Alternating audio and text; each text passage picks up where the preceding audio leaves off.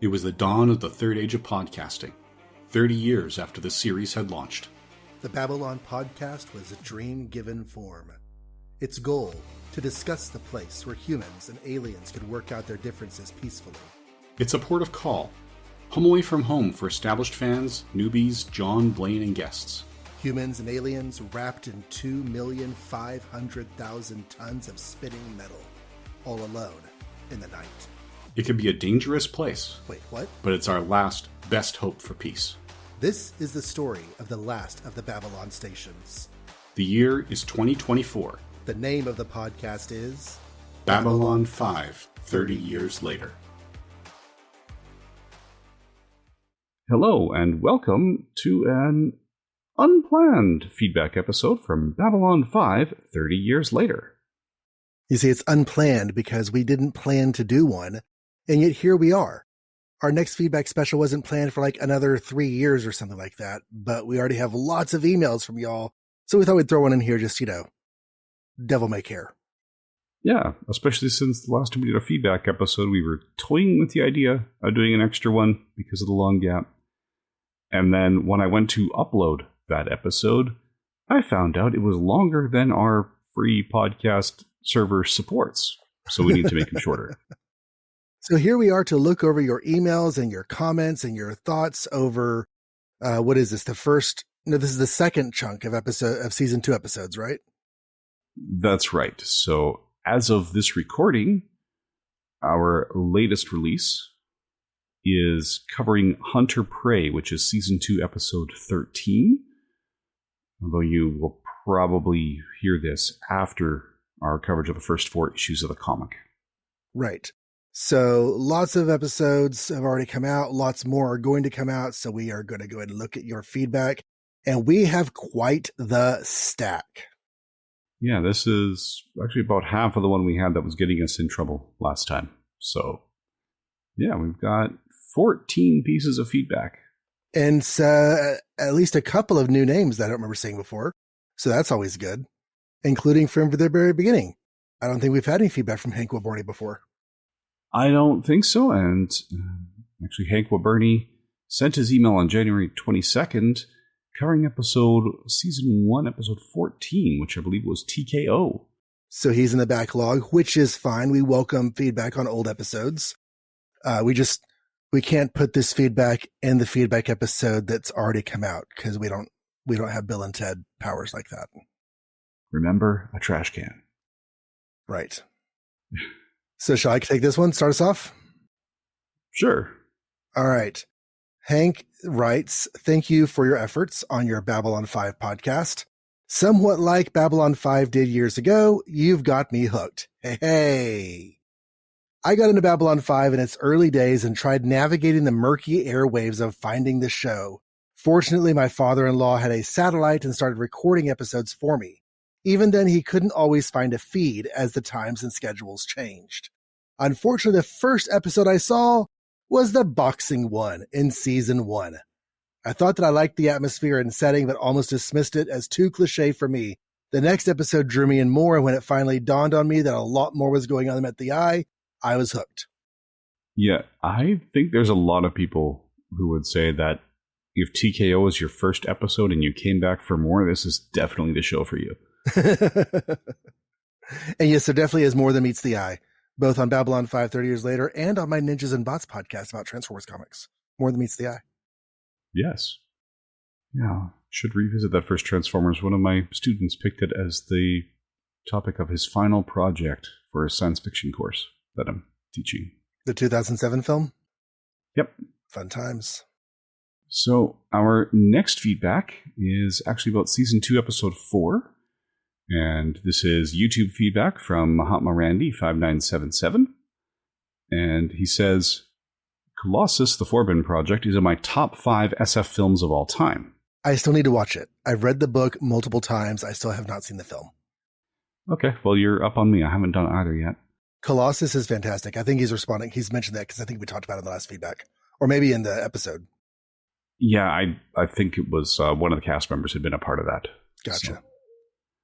Randy continues, Orwell is only on screen for less than 2 minutes, but his delivery is so different from everybody else and so defined, and Dr. Franklin calls him by name, which kind of made me assume we were going to see him again someday.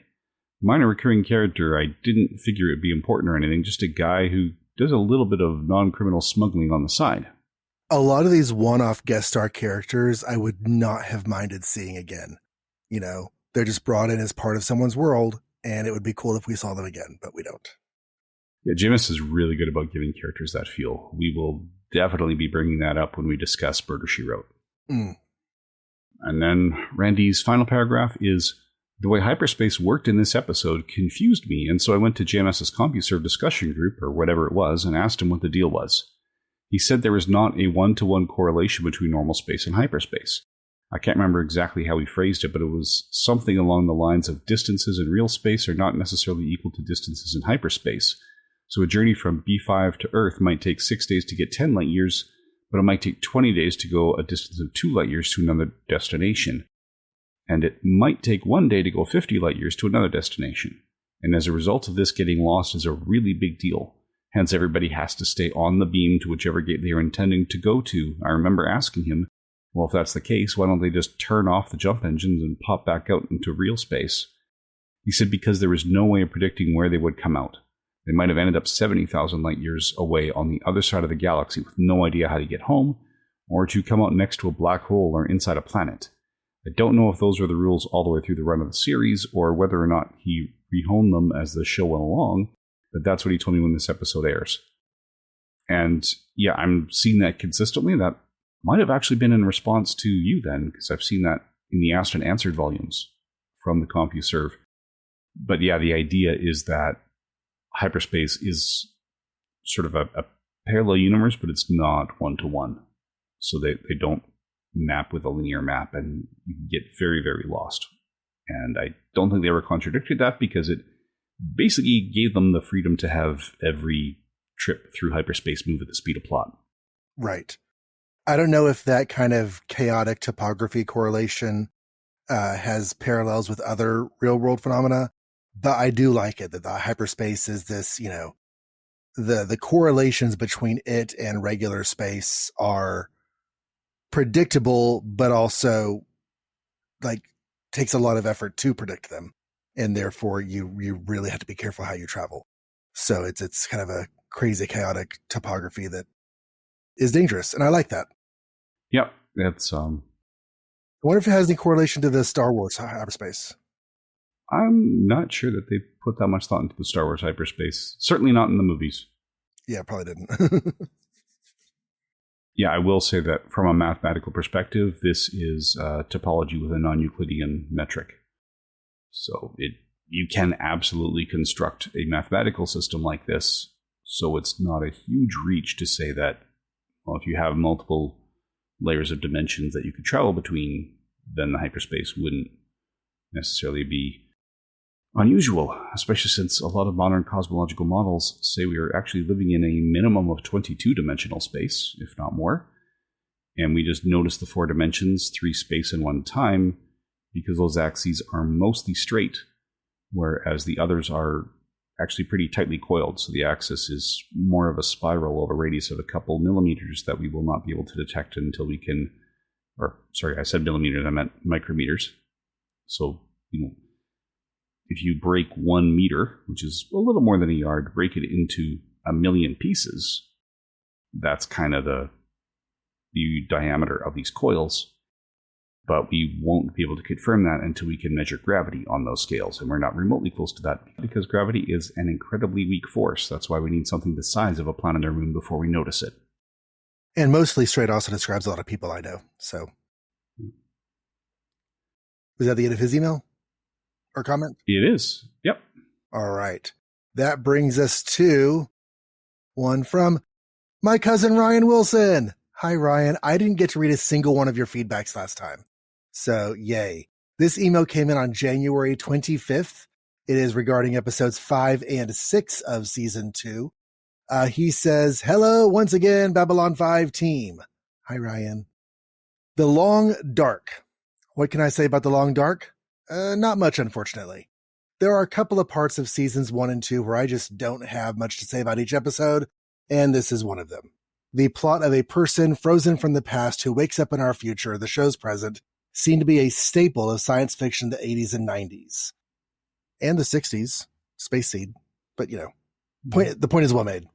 He says it's not a bad staple, but it's one we have seen many times before. At least this time there's a bit of a twist where maybe our unfrozen person is a murderer, but it turns out to be something invisible. What a twist. He says it's not awful, but honestly, it's not one I remember very fondly. Yeah, this was the one where Dr. Franklin was also romantically interested in this person who had just lost her husband when she woke up. Right. We had plenty to say about that in the coverage of that episode. But yeah, the sleeper ships were fairly common in hard science fiction because that seemed like a viable way to get from point A to point B within your lifetime and not violating the rules of relativity. It's a Rip Van Winkle story just with science fiction tropes instead of sleepy tropes. He goes on to talk about a spider in the web. This time the problem is the episode just doesn't amount to much. Many of the plots and questions the episode brings up don't come up again. I understand some of that is real life, making it difficult. For example, they had to change the name of the secret agency, and that means we don't get to see 13 again either. But it does mean that most of this stuff can be cut from the show's mythology without losing anything. Since Babylon 5 has tons of other elements that are more interesting, Morden, Londo, Jakar, Spoo, etc., this episode can be easily forgotten. Which is a little unfortunate because it's a really cool idea that there is this coordinated effort to work against it's a human effort working against the better interests of humans, which is definitely something that exists and is real and happens. And it'd be kind of interesting to see that, play out in a storytelling, but oh well. This episode does bring out that we may have another double agent on board, but that's something we had dealt with at the end of last season. Again, I know real life got in the way, but it does feel like we are treading water again. The double agent from this episode, I'm having trouble remembering. Is this something that we end up revealing? Yeah, there wasn't a double agent confirmed in this episode, but they did imply that there was another one. Okay. Which is something that may or may not come up again in an episode that we have recorded, but not released, given that our next recording is going to be Season 4, Episode 9, Atonement. Gotcha. That's the storyline I was thinking we were probably referring to. Yeah. He says Project Lazarus is creepy, but I don't know that much is made of it later after this episode. I will stand corrected if it's important later on. Project Lazarus? Yeah, this was the one where basically someone was reprogrammed to do things that they wouldn't normally do. Okay. So nothing to do with such things as, say, cryogenic freezing or anything like that. No. There is one more element, Ryan says, that could have gone somewhere but ultimately doesn't. Real life conspired for the third time to derail things. Maybe some of the spin-off media you go over deals with the elements from this episode. I know I'm being vague, but I'm trying to avoid spoilers in case anyone is watching for the first time, which is a good idea, but then it also has us trying to figure out what it is that's being spoken of. He says, in conclusion, a potentially great episode that didn't quite get to where it needed to, largely due to circumstances out of the cast's and crew's control. Pun very much intended. Hot control. Next time, 2 episodes I like better, so I won't complain as much. So, thank you, Ryan. Yeah, I think that with the problem with Spider in the Web, just that like the things that they set up there, they didn't get to follow up on the way they wanted to. That is unfortunate, but like he says, it's not really this episode's fault. It's just the way things are. Yeah. Yeah, it was the kind of thing that could have gone somewhere, but didn't, as you said. So our next feedback is an email from Scott McFadden sent on January 3rd about episodes 2.06 and 2.07. So that's Spider in the Web and A Race Through Dark Places. So Scott writes, Dear Blaine and John, as I think I mentioned in my last email, I've been traveling for a bit. I'm back home now, and while I am tempted to tell you all about my various flight delays and hasty rebookings and missing luggage, it's probably better if I just concentrate on the most recent 2 episodes. Did you get your luggage recovered, though? Yeah. That's the important part. Did you get the luggage back? Yeah, let us know. But we actually do care about that. And plus, if you just need to vent about nasty travel, we get that too. So Scott continues, I don't have a whole lot to say about Spider in the Web, despite the fact that it's obviously important with its revelations about Psy-Corps and what they're up to. It's always nice to see Adrian Barbeau, and I can remember being pleasantly surprised by the appearance of Jeff Conaway. I was vaguely aware of his addiction problems, and it was nice to see him getting parts again. I'm sorry that his life ended so early, but I'm glad he was able to get another regular role for a while. Good on JMS for giving him a chance. Yeah, agreed there. For those who haven't heard, Jeff Conaway did OD after Babylon 5, and apparently he fell off the wagon because he couldn't get another stable job after B5, even though he'd pretty much shown that he could do it and was dependable again. His reputation was kind of ruined for life. Mm. Scott continues, like you, I enjoyed the scenes between Garibaldi and Talia. I can't remember when I learned that Jerry Doyle and Andrea Thompson were married at that time, but I agree that their actual relationship probably gave their scene some added feeling. I think that you missed a joke in this episode, at least I don't think you mentioned it. Asogi mentions Amanda Carter's great-grandfather John, who piloted the ship to Mars. Surely that's a reference to John Carter of Mars. Yep, the Edgar Rice Burroughs character. Oh. Part of my brain feels like maybe I noticed that in the watching, but then forgot to mention it later. But my brain could be lying to me. Yeah, and it did come up in the trivia, but it didn't come up in our conversation. It didn't occur to me. So, yes, that was definitely a thing that we forgot to say out loud while recording. Yeah, but it's a neat nod because as a Superman fan, John Carter is a pretty cool part of. I don't know. Would it be Pulp Fiction? Because I guess it was kind of that era. But yeah, he's like one of the various Superman prototypes that helped to inform that character. Yeah, it was one of the pulp novels that he started in. So moving on to Soulmates, thanks for explaining the confusion about episode order. You may remember that I'm rewatching B5 on Roku. Well, Roku not only has this episode and the following one, A Race Through Dark Places, in the wrong order, it has them mislabeled. On the index screen, Soulmates is called A Race Through Dark Places and vice versa. It was very confusing to figure out which one to watch. At least now I know what is going on. That's weird. Yeah. To just name the episodes wrong in the database, that's weird. Yeah, that's an error I haven't seen before. There's a couple episodes of Cheers I've noticed are out of order on Paramount Plus, and if you look at it, it seems to be because, at least in the Canadian version, they're automatically sorted by air dates, and some of the air date data is wrong, like saying it was the 2nd instead of 20-something. Or mixing up, there's one where they mix up the month and day, so it ends up like 10 episodes out of sequence, but that I can see is just data entry errors putting in the dates. Right. Anyway, so Scott continues, this was a delightful episode. I was already a fan of Jane Carr, having watched her sitcom Dear John, and she really delivers here. It's a shame that she never became a bigger star, as she's a very talented actor. It's always a pleasure to see her show up in various supporting parts. As you say, she gives a sense of depth to what is essentially a comedic role, and we can imagine that she was a good match for Londo. I wish that she had come back and that she and Peter Jurasik had the opportunity to play more scenes together. I'm assuming that the storyline about Talia's ex-husband and the Psy-Corps experiments on him owes more to JMS than to Peter David.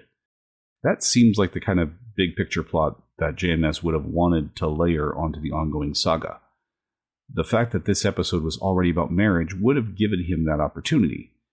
Given the nuts and bolts of how TV episodes are written, it can sometimes be hard to know who did what. But this seems like something JMS would have planned from the beginning. I can agree with that. Yeah. I know it's in Peter David's script, so he definitely typed the words on the page.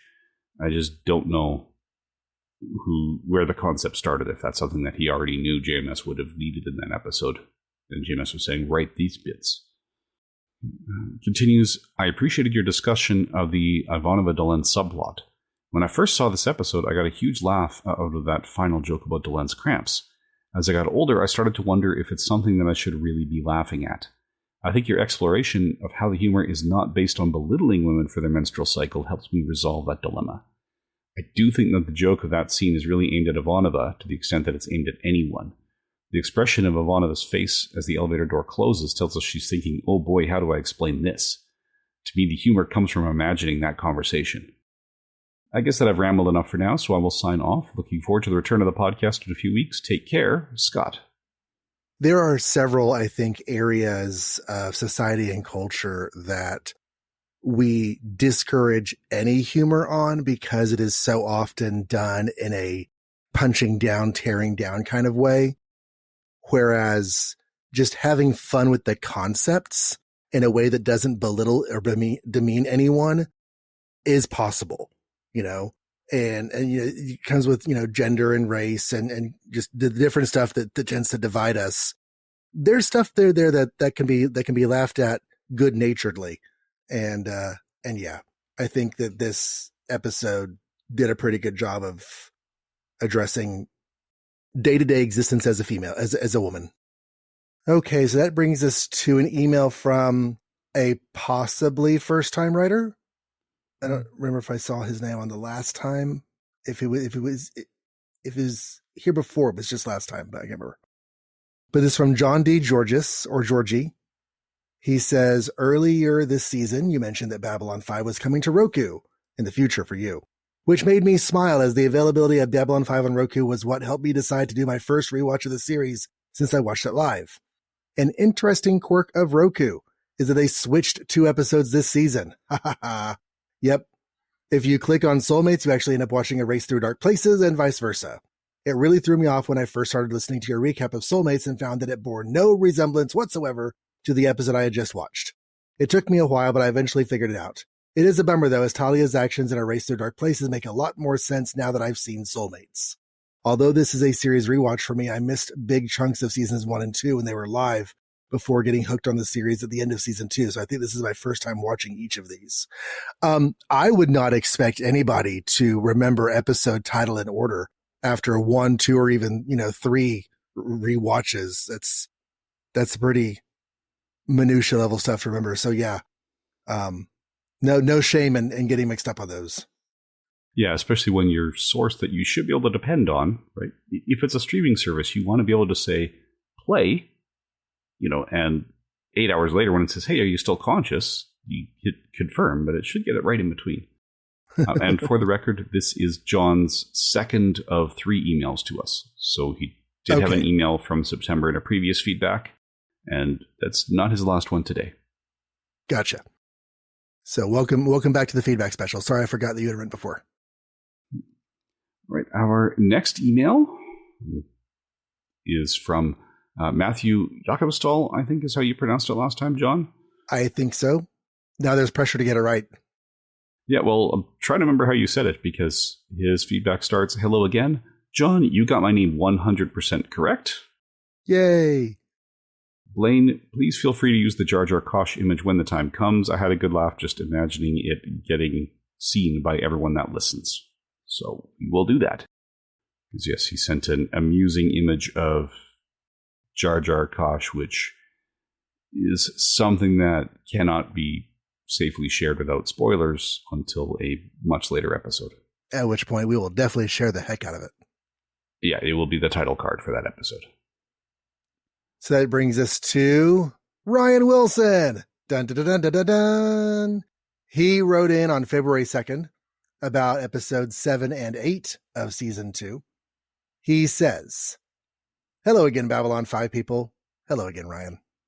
Soulmates. A mostly one-off episode, but there is humor and some Londo character stuff, so I like it. Episodes like this, where the stakes aren't as dire, but we still get good performances, are important in a long show like this. Maybe I just really like Peter David's writing. Some of my favorites include his second run on X Factor from 05 to 15, his work on Spectacular Spider-Man in the 1980s, and Fallen Angel for DC and IDW. I like that Londo goes with Timov since she's honest and admits she hates him, instead of the other two that pretend to like him and sometimes try to kill him. Of course, he could just act less violent, then maybe his remaining wife wouldn't hate him so much. She might be able to tolerate him at least. I had a similar reaction, like she is sincere and his reasons for choosing her were great.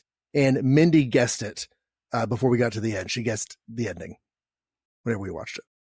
Yeah, that's one that is guessable, but yeah, it's still It's one of those ones where it doesn't hinge on the mystery, so you can see it coming and still find it completely enjoyable. Mm-hmm. It's not like some detective shows where, if you don't have an interesting character as the detective, once you've solved the puzzle, you're just kind of waiting for the show to catch up with you. Right. And they get a little boring, which is why you really, really need an interesting character as your detective.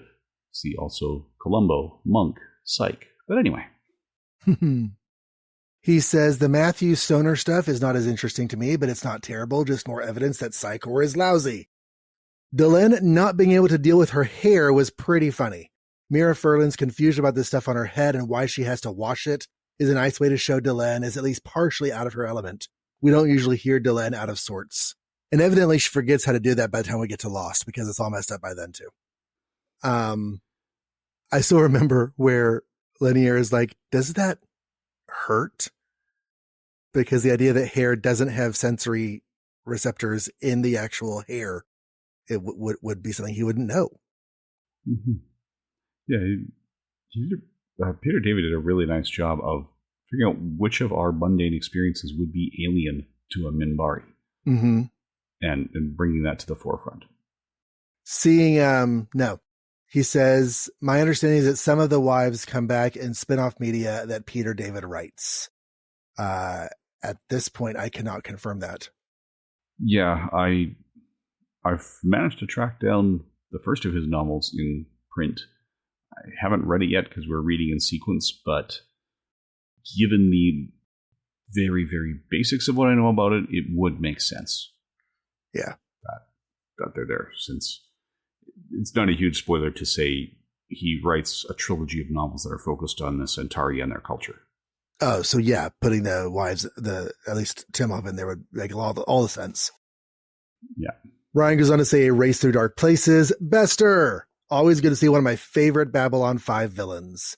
His opening scene with Walter Koenig's actual wife creeped me out when I first saw it. Something about a person being killed while reciting children's poetry just makes me uncomfortable. Yeah, that is definitely an uncomfy feeling. The plot line about having to pay extra rent is one of those annoying things that makes this show more real. Just a random annoyance to have to deal with while investigating underground telepath railroads. It's a good point. It makes this show feel lived in, the world. He says, seeing Talia being quite so ruthless when we think she's attacking the other telepaths was pretty horrifying as well. Dude, we were watching that. Mindy lost it. She's like, what is she doing? Why is she doing that? Is someone controlling her? It was a pretty intense moment. But yeah. Ryan says it also makes sense this episode was supposed to air before Soulmates, since she is way more suspicious of the Psychor at that point. I honestly am not sure that her distrust of the Psychor really is that smooth of a line over the course of the stories. But yeah, I think we did just comment that it would have made more sense to us if the episodes had aired in the other order. Mm-hmm. Because it's like, she's getting very defensive about Psychor, then betrays them, and then finds out that maybe they're not so great. If we look at her 3 consecutive episodes. Right. I don't think we found any concrete evidence that it was intended that way. But I remember the two of us thinking it would have worked better that way, if still not ideal. Ryan goes on to say, I did like Bester's lingering glance as he exits the episode. Prefer a villain who keeps the protagonists on their toes, and we have to wonder if he suspects something didn't quite work out as he planned. On to the next episodes. Until next time. All right, so our next feedback is an email from Scott McFadden sent January 31st about episode 8, which was A Race Through Dark Places. And Scott writes, good to have the podcast back. After finally seeing the episode in the proper order, I think I agree with you that it might have worked better if it had come before Soulmates. We've been getting a lot of focus on Talia in these most recent episodes, and putting this first would, as you said, give us a slightly more natural sense of progression in her attitudes. It was good to see her make peace with Ivanova. While they've never exactly been at each other's throats, there's always been a tension between them. It was good to see them take steps toward resolving that tension. It's always fun to see Bester. Well, maybe fun isn't exactly the right adjective, but you know what I mean. I'm glad that Walter Koenig got such a nice meaty role to play at this point in his career. You can tell he enjoys it. I think it's fun for us. It's just not fun for the people on the station. Oh yeah, he's one of those ones where the closest equivalent on Deep Space Nine, I'd say, would be Kai Wynn, where there's just a villain you love to hate that they are delivering. So it's the kind of thing where in a piece of entertainment, you can go, yay, this character's back. But if you were actually living these events, it would be, oh, dear God, I never want to see this person again. Right. Please punch him out of the airlock. Do something. Get him away. Yeah. Scott continues, I also enjoyed the fact that the fleeing telepaths were able to get the best of him, no pun intended, and get away. He's so confident and commanding that we get the sense that it's very rare for him to not win in any particular encounter. Of course, he thinks he did win this time as well. So at least in his mind, his record is still unblemished. Delenn and Sheridan's dinner was fun to see, from Sheridan warning off that other guy who was ogling Delenn to their awkward small talk. It was a much-needed bit of lightheartedness in an otherwise pretty heavy episode. I note that it's right after this date, let's just call it that Sheridan starts telling all those corny jokes to Ivanova. Surely that's because his dinner with Delenn has put him in a happy mood. Thanks for explaining the title of this episode. I couldn't figure out what it meant, but after hearing JMS's explanation, it makes sense. Until next time, Scott.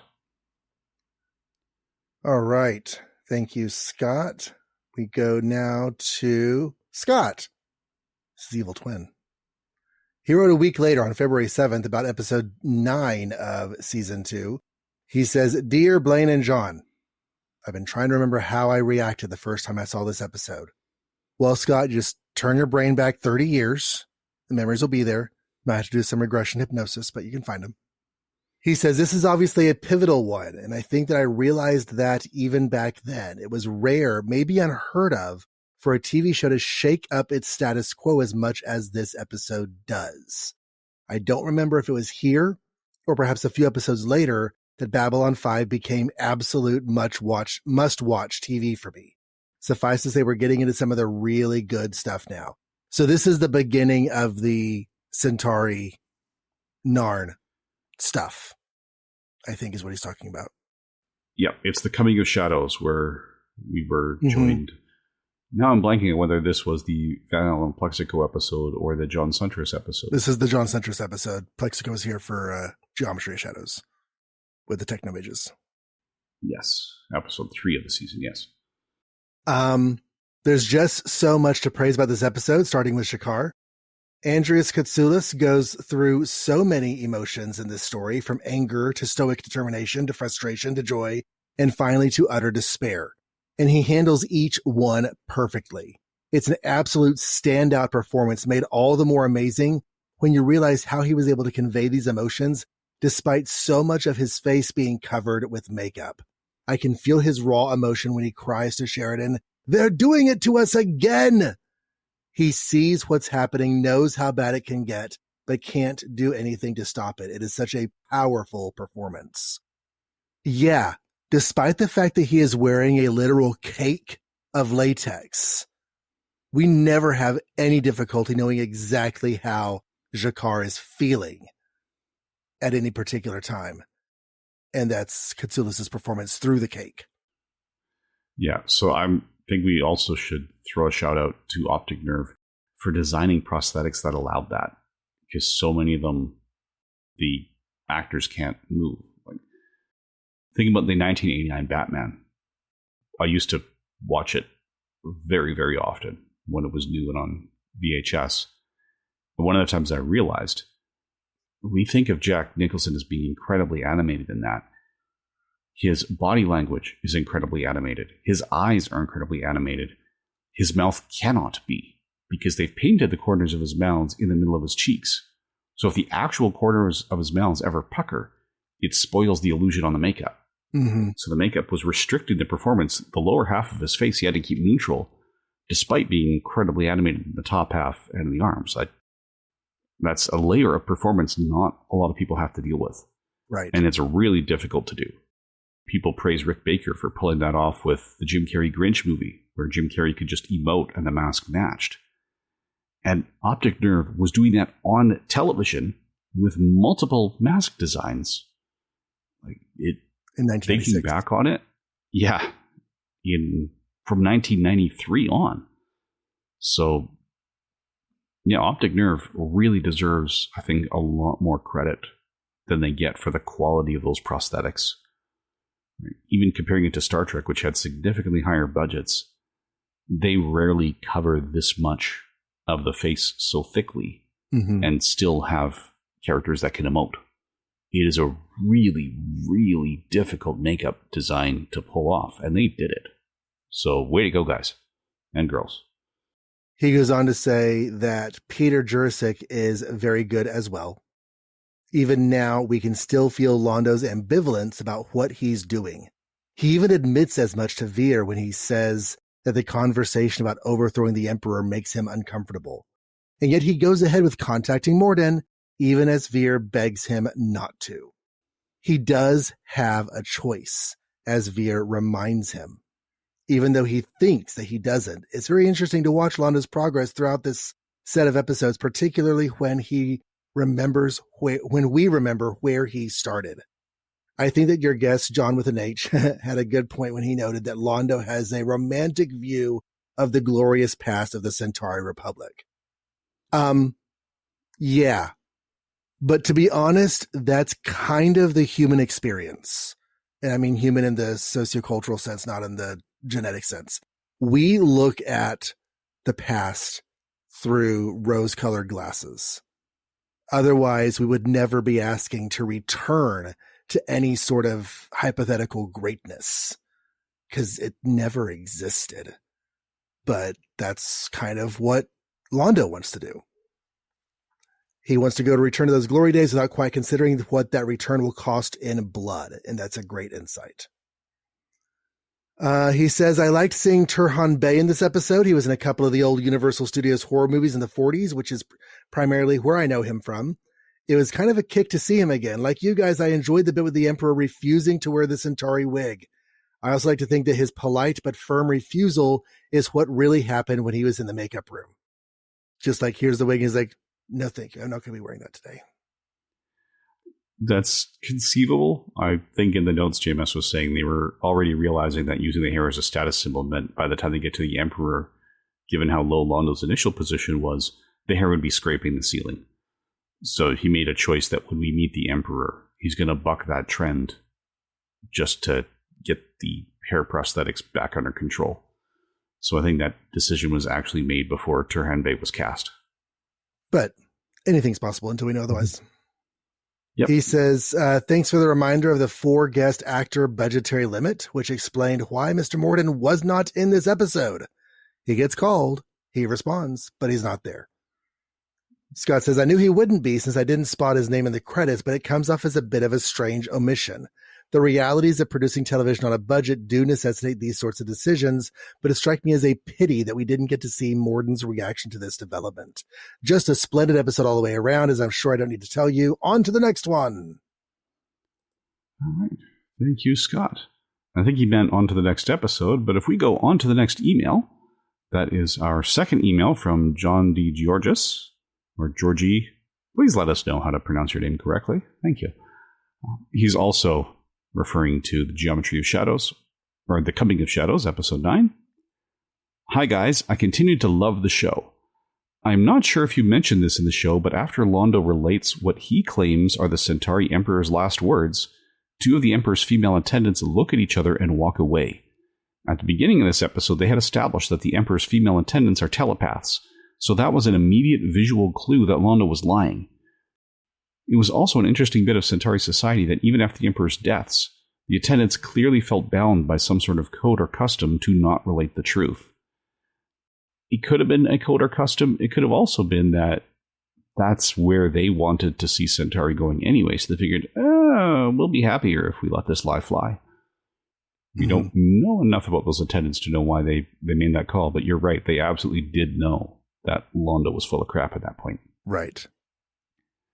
On a different topic, it was interesting to hear your discussion in this episode about the differences between episodic TV and serialized TV. I'd almost argue that we've now reached a third form of TV, maybe ultra-serialized TV. With Babylon 5, there's at least a distinctive beginning and end to every episode, even if the episodes are all beginning to serve a larger story arc. I just started watching Season 1 of Man in the High Castle, And like many modern streaming shows, the end-of-episode cliffhangers are so intense, and the A, B, and C plot threads often remain so separate for so long that it really feels like a single long movie just broken up into arbitrary 60-minute-ish chunks, with no real beginning or end to individual episodes. I'd be curious as to your thoughts on that. I would agree that the serialization we have now is much greater than this. You're right that aside from a couple that are explicitly labeled Part 1 and Part 2, Babylon 5 episodes usually have a complete plot structure in one episode, but now it is really common for streaming shows to take 10 or 15 episodes to tell a single story. So in a way, a season feels more like a miniseries used to feel. Mm-hmm. Yeah, the miniseries being like, okay, this is a story that feels like it should be a feature film, but there's actually too much to feed it into one feature film. So we're going to give you a series of feature films, and all together they make up, the single work. Things like the maxi series Shogun is an extreme example of that, but it is an example. And that tends to be what a lot of TV does these days. Each episode is a chapter of a novel, not an episode of a story or an installment in a serialized story. And that's not a bad thing. I kind of love it most of the time, actually, but we have definitely taken the serialization to a new level. Yeah, I find serialization on that degree is something that makes it more and more important that you stick the landing when you finish that story. Mm-hmm. Right. If you're not happy with the way that season ends, then you can end up, walking away with a distaste toward the entire season. Right. And sometimes that's because you're right. They have a movie idea. I'm thinking the Obi-Wan Kenobi miniseries, which I enjoyed. I do see why people are saying it's slow-paced. Why is it taking so long? Well, that's because it was pitched as the first 2-hour movie in a trilogy.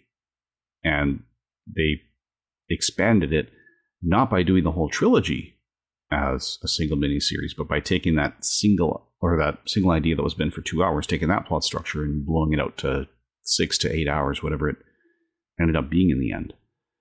And that's where I think we struggle, because some of these, I have no problems with long-form serialized storytelling, as you might know. I mean, we're doing a Babylon 5 podcast. The issue I have is when it feels like they're spending more time on that story than that story needs, because they know that some people who subscribe to the streaming services to watch a particular franchise resubscribe when a new entry in that franchise starts coming out, and then unsubscribe when it's finished. Mm-hmm. So if they could stretch it to 8 episodes, which apparently is the Disney Plus minimum, or was for a long time, if they do it as 8 episodes starting in the middle of the month, well, then you can probably get at least 2, if not 3 months of subscription out of them, instead of just 1. Which is kind of a TV version of writing for the trade, where you're not actually writing for this to be enjoyed primarily as episodic television, or, at least consumed as episodes. You're intending for it to be consumed as a large chunk, and you're manipulating the production for reasons that are not catering to the story. They're catering to the sale of that story. But it is what it is. And Man of the High Castle, that was a good show. I need to watch more of that. I saw the first season. It was really good. I need to see more. I've heard about it. I'm hesitant until I track down the book too, because Philip K. Dick is good. It's just one of those ones where for a while there, I was deliberately watching the movie adaptations before reading the book, because I found I always liked the books more, and the movies were dissatisfying. So if I started with the movie, I might end up enjoying both if I read the book after. Because then it's better than the thing I already like. Right. As opposed to coming in going, oh, did they drop the ball on this thing I already liked? Even though the film is actually the same product. Watching the movies first makes it more likely to enjoy both, I found. At least for me. But anyway, I think John made a very good point about that shift to greater and greater serialization now. Because it really, like you said, John, it really does feel like they are telling one story in chapters, rather than a series of closely related stories. Mm-hmm. All right, that takes us to Scott McFadden. He wrote on February 19th about episodes 10 and 11 of season 2. He says, "Hi, fellas." Hi, Scott. "I didn't have all that much to say about Gropos." I'm going to say Gropos or Gropos? Gropos, right? Like a plural? Yeah, it was short for ground pounders. Right. So. But I thought that I would talk about it in the same email as All Alone in the Night. Different as the two episodes are, they do have an interesting commonality. They both represent planetary governments moving from a peaceful stance to a more warlike one. In Gropos, we see this from Earth's point of view. EarthGov is becoming more belligerent, involving themselves more in war, even to the extent of violating Babylon 5's stated mission of working for peace. In All Alone in the Night, we see the Minbari also moving toward a warlike outlook, changing the balance of the Grey Council to favor the warrior caste at the expense of the religious caste. Together with the coming of Shadows, which saw the start of the Narn Centauri War, we can see that the universe is changing, and we are faced with a very different show than the one we started with. This change of direction is one of the things that JMS does so well. Yeah, we just have this series of pieces getting moved into new places and new directions. And I still think it's interesting that now that the Narn Centauri War has been declared, our first treatment of war is not the Narn Centauri War. It is a human conflict. So it's like it starts to sort of, I don't want to use the phrase whet that appetite because war is gross, but the ideas of what a war story might be start to get introduced in a way that doesn't actually directly relate to the conflict that we just found out about. That's definitely building, almost like that misdirection of the magicians, because we know the Great War is coming. That's right in the prologue or in the opening monologues. It's the year of the Great War. Only the first war we see, that's not the one they're talking about. He goes on to say, apart from that, as I said, I don't have much to say about Gropos. While they were done well enough, I'm afraid I found both the father-son tension plotline and Garibaldi's ill-fated romance plotline to be rather predictable. Likewise, the tragic ending where all the Gropos that we have met are killed conveniently near each other so we can see all their bodies in a single panning shot. While it's always nice to see Paul Winfield and he and Richard Biggs do some wonderful acting here, I'm afraid that I felt like I had seen these story beats done many times before. Sorry to say this episode doesn't quite work for me.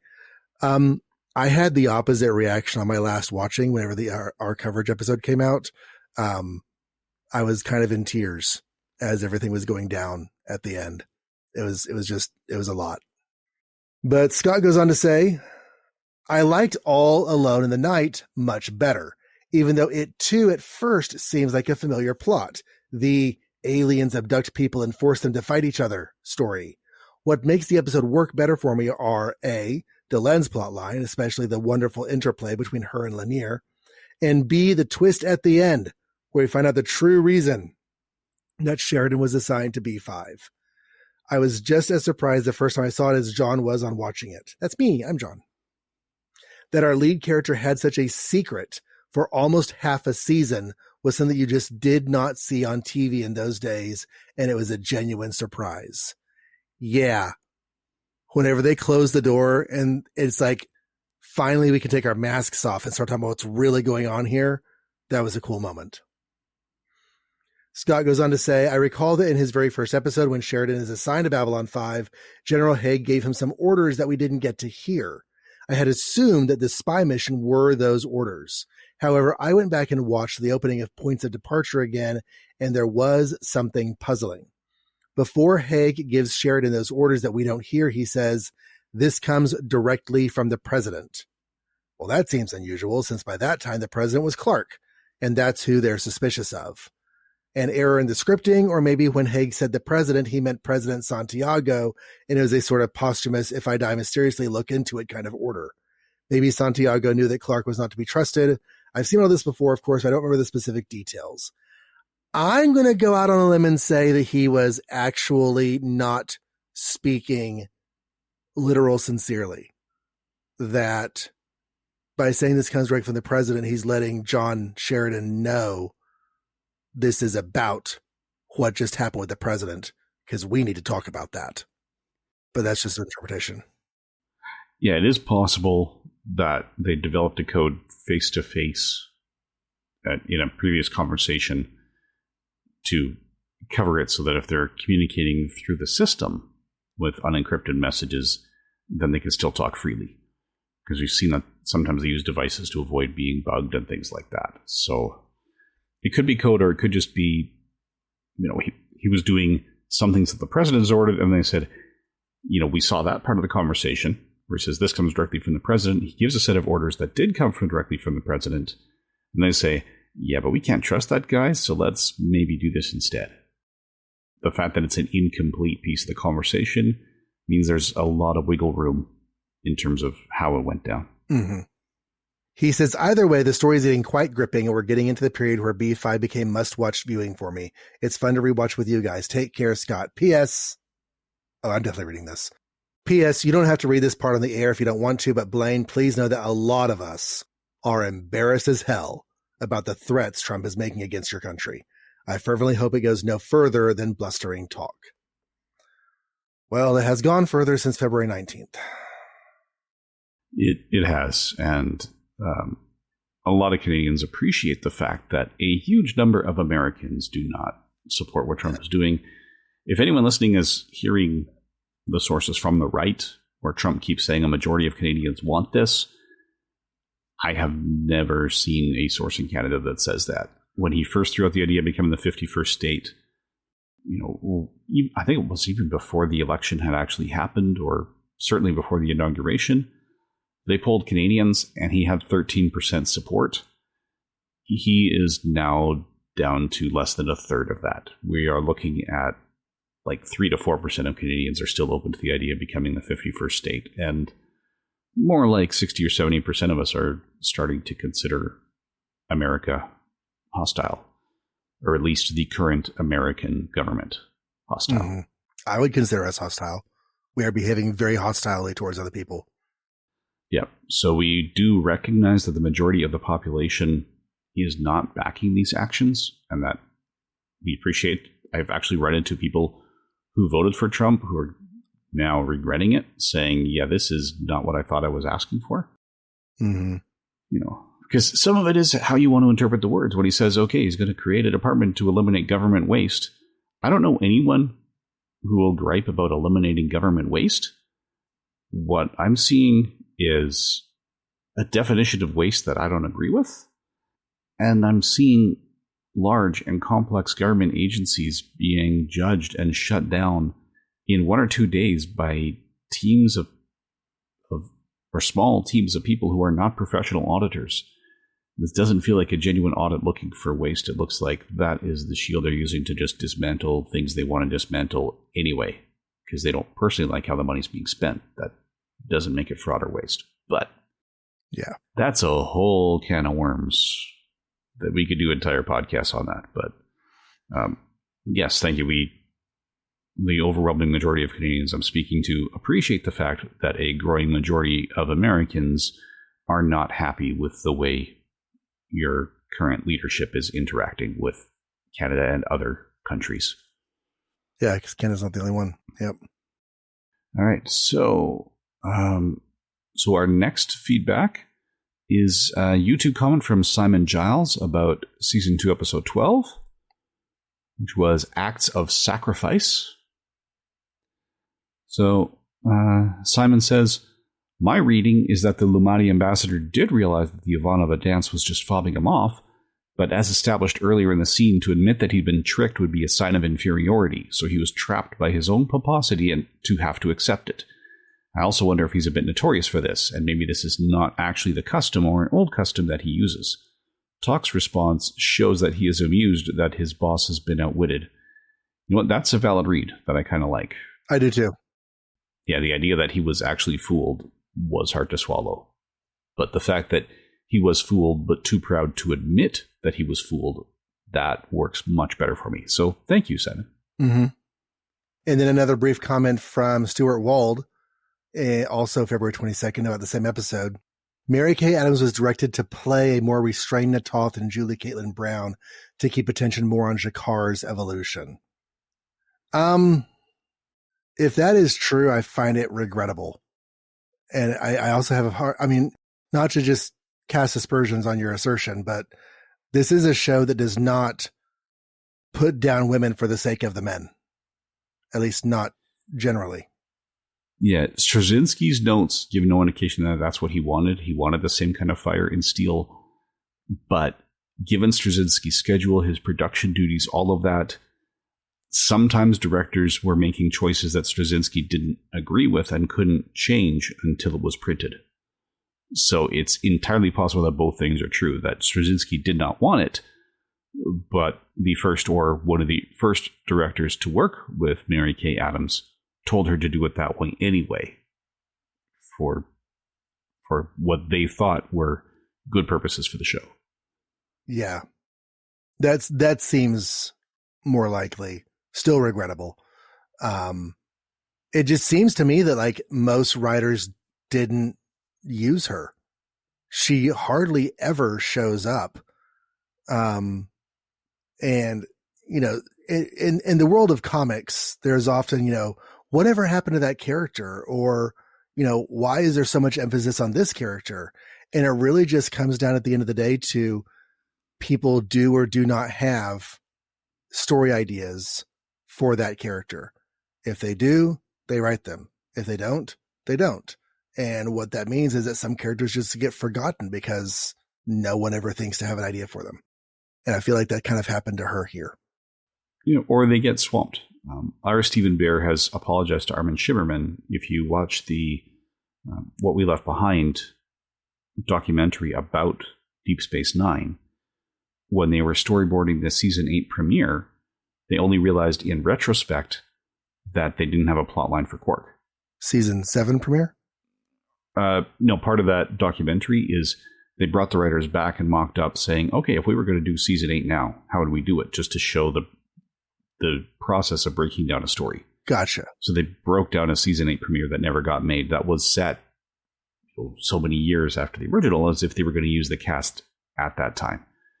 And when they realized that Quark wasn't part of it, he reached out to Armin Shimmerman and said, yeah, this is not a reflection of you. We love your performance. It's just, that's where the story's led. And Shimmerman, at least publicly, and I believe genuinely, given all the other interactions I've seen him in the interviews, he was very much yeah, I get that. No issues. Yeah. Because, you know, in a 22 episode series, not everyone is going to be featured in every episode. And I'm sure if we were to go back and look at all of those season premieres, we would see exactly that there are definitely major cast members who don't get featured in the season premieres. Yeah, that's just a thing about television when you have an ensemble cast. Mm-hmm. I mean, it took a long time for Star Trek to become an ensemble. It certainly wasn't in the original series. It became that in the course of Next Gen. Mm-hmm. So there are entire episodes. I think there's a season premiere of Voyager. I don't remember if it was a season finale or season premiere, but I'm sure in one of them, Chakotay's entire dialogue for the whole episode is "Shields up." So our final piece of feedback for this feedback episode is an email from Scott McFadden, again about our episode 12 here. Hi guys, what an episode. Once again, Andreas Katsoulas and Peter Jurasik give a masterclass in acting, which we are lucky enough to watch. Katsoulas in particular was so moving as G'Kar, struggling to maintain his dignity as he, let's face it, begs for help from first Sheridan, then Delenn, on top of having to keep his own people under control. Even as he understands and acknowledges that they have every right to be angry, he knows enough about realpolitik to understand that expressing that anger will be counterproductive to his ultimate goal. And then his breakdown at the end, when, after all that, he only gets the barest amount of aid, far short of the military assistance he's hoping for. It's an incredible performance. Absolutely. As we've said, what Katsoulas can do through the makeup and what the makeup lets him do, especially Katsoulas and Jurasik together, they are incredible. Mm-hmm. I know people who basically treated this as the G'Kar and Londo show, and they say it was the G'Kar and Londo show from season 1, not realizing they were only in 8 episodes each, and not always the same ones. Because that's just where the resonance was. That's what they remembered. Right. So Londo is still sympathetic as well, which is quite a trick considering some of the choices he's made. It was a good touch establishing him and Garibaldi as pals of a sort, precisely so that we could see that friendship start to fray at the edges. The scene where he's sitting in the bar alone, waiting for Garibaldi to show up, is quite sad. I think many of us have had moments like that, where someone we thought we could trust has let us down. I know that I have, so that scene gets me right in the feels, as the kids say. Yeah, the Garibaldi-Londo connections go all the way back to the very beginning of the series. And, you know, from Garibaldi's perspective, Londo was a charming buffoon, you know, that he had to deal with as chief of security, but he wasn't unfond of him. And, you know, they had their interactions, you know, they had all the day-to-day stuff that we didn't even see. And now here we are, where Michael Garibaldi looks at this man and doesn't even like him, much less trust him. Yeah, it's a definite progression. And again, made more resonant by the fact that it was planned. Mm-hmm. Right. Straczynski knew, okay, if this is going to be resonant, that's where it should have been before.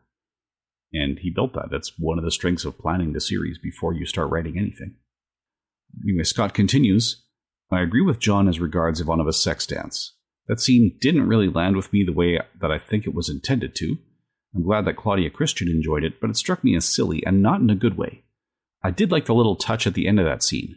As the Lumadi are leaving Ivanova's room, Tok pauses to kiss her hand and give her an appreciative smile. He knows perfectly well that Ivanova has put one over on his boss, and he approves. I think we can assume that, since his job involves speaking to inferior species, Tok is probably considered somewhat inferior himself within Lumadi society, so I imagine that he enjoys seeing his superior being made a fool of. Yeah, I suspect his species is treated as the least inferior of the inferior species. Right. Otherwise, they would not be doing the voicing. They would be getting voiced. Yep. And then Scott finishes by saying, by the way, yay for Paul Williams appearing. I was something of a fan of his when I was a kid, mainly for his TV appearances. He did a fair amount of acting in those days, which is where I knew him from. I didn't realize until later that he had written so many songs that I enjoyed. All the best, Scott. Well, thank you for writing, Scott, and thank you everyone for writing into the feedback episode. Taking an hour here to sit down with your thoughts gives us a chance to take an hour again later and being able to enjoy that as well without as much press for time, stress, all the other things that go on with, 2.5 hours of recording like last time. Yes. And we may, looking at the schedule, we may do another insertion. So our next scheduled feedback was going to be after season 2, episode 18. So that's covering the comics, which you've probably already heard. Then our first novel, which is probably what you're going to hear next, followed by 5 episodes before our next scheduled feedback. After that, we're going to finish the first 11 comics in 2 episodes and the second novel before a string of 8 episodes, including the season 2 finale and season 3 premiere.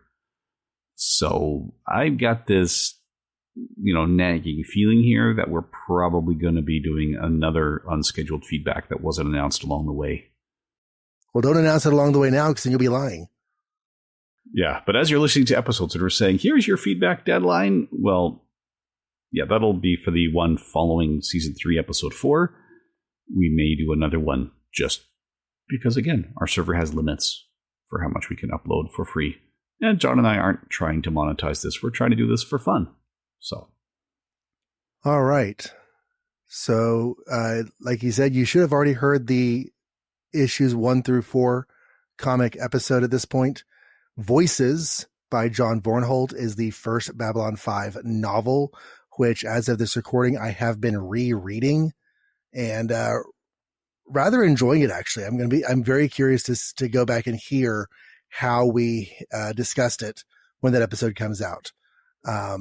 The novel is available for digital checkout at archive.org, which functions as basically a digital library of ebooks. And you can read that there, or go find a copy used online somewhere. They're not expensive, and they're out there. Yeah, some of the Babylon 5 novels get quite pricey. Thankfully, one of the ones that's the most expensive, the Centauri trilogy that comes up later, I found a used bookstore that wasn't checking the online prices, so I got it for like $3 Canadian, which is probably 5 to 10% of what you'd pay on eBay. Mm-hmm. But yeah, check those out. John and I will keep recording. We are currently recording our Season 4 coverage of Babylon 5, as well as episodes of another podcast we're going to be doing that comes out September 8th, 2026. I don't know how much detail we want to get into that right now. Might as well. Actually, I was going to say, I think we've mentioned it, but no, we haven't mentioned it on Season 2 episodes because we didn't have it in our heads in Season 2. No, but yeah, the promos are out. So if you are interested, you can subscribe to Star Trek Reading Hour now, and you'll get the promos announcing the show that launches on the 60th anniversary of Star Trek, where we're just going through the Star Trek books. Because I've enjoyed the tie-in media that we're covering here, and going through 811 novels is a little more palatable than doing all the novels and comics for Star Trek. Because there's a little over 2,300 of those, if I remember when I counted. So. Yeah, that's just a busy Sunday. We can do 2,300 comics. It's not a problem.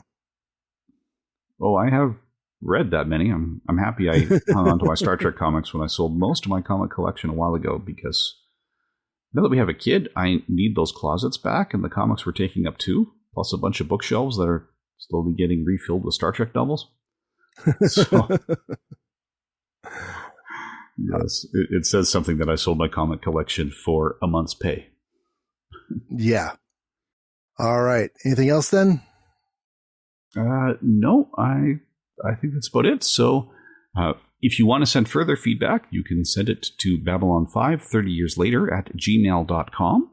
You can leave comments on the websites where the show is hosted, such as johnreadscomics.com, where you can leave a comment on this or any other episode. You can also leave comments at bureau42.com. You don't have to create an account. You can just say what your username should be when the comment gets posted. And you can also leave a review on the podcatcher of your choice. As you did not hear this episode, we don't have a lot of those. So if you want to do that, that'd be fantastic. We do check Apple Podcasts as a matter of course. If you wish to leave a review on another podcatcher, great. Love you. Thank you. We just won't know about it unless you say something to us. So if you would like us to read it on the air and thank you for it, just drop us a line. Let us know this out there. And finally, you can leave comments on the YouTube posts, because things get automatically cross-posted to YouTube. So with that, thank you for listening. And good eating to you.